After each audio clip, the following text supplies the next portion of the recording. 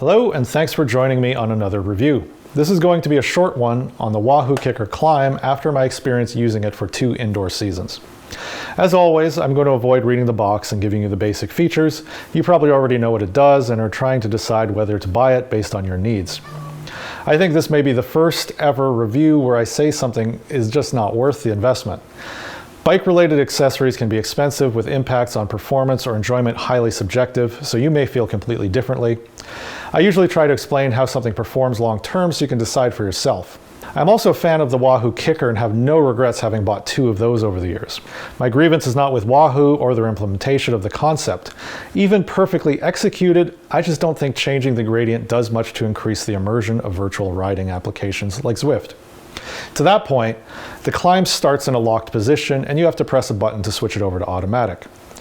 There are times I've forgotten to unlock it and done several laps flat before I've even noticed. The only time the climb remotely helps is if I am pedaling with my head down and I feel the gradient change to adjust my gears or output accordingly.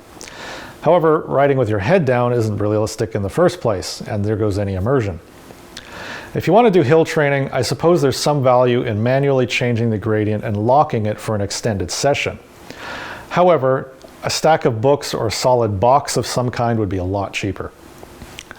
There is one concrete effect, but again, it's subjective as to whether you feel it's an improvement.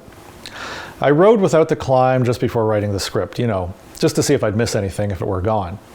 Sitting on my front wheel instead of the bike clamped to the climb did make my front end feel less stable. The climb is a solidly built piece of equipment, and your front end is solidly planted to the floor.